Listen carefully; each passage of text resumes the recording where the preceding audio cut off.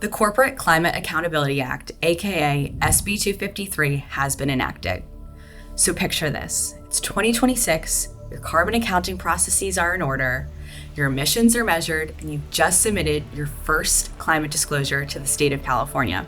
And you may ask yourself, well, how did I get here? So, carbon accounting. It's likely not the first thing that comes to mind when you think about business, but now it should be a top priority as you prepare for California climate disclosure. If you haven't already, you'll want to educate yourself and gather your cross-functional reporting teams to understand the bill's requirements. Then, it's time to get started outlining a plan for gathering and calculating your greenhouse gas data. So to be successful, what tools do you and your team need? Is it software, consultants, spreadsheets, a full-time carbon accountant? These are questions to sort out now. The data that feeds into your greenhouse gas inventory can often be decentralized, so you also need to make sure your organization understands the cross-functional nature of this information. Siloing is not going to work here. And the folks performing your greenhouse gas inventory, they're going to need to be best friends with IT, procurement, operations, and more. And software is here to efficiently centralize that data. If you've already started this work, great. You're right on track. Meeting regulatory requirements on climate is a learning curve. For many, it's brand new, and getting it right is going to take rigor and patience.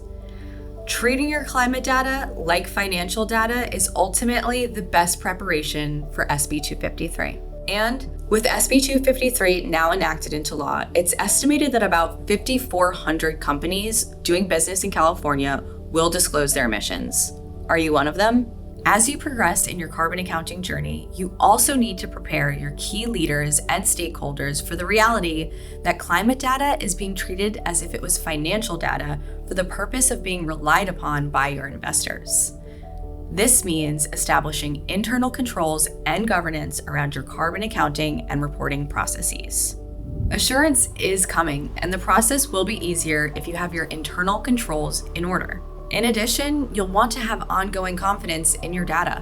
When controls are well designed and operating effectively, you're reducing risk. So for climate data, this is generally referring to the systematic measures and checks put in place to ensure the accuracy, integrity, and reliability of the information that you report.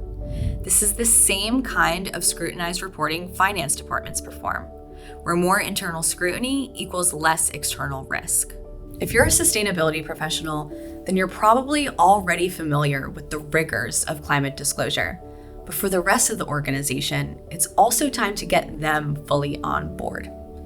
And to get this right, keep in mind, we have the technology to make this all easier, so that as an organization, you can all confidently reach the regulated climate disclosure finish line.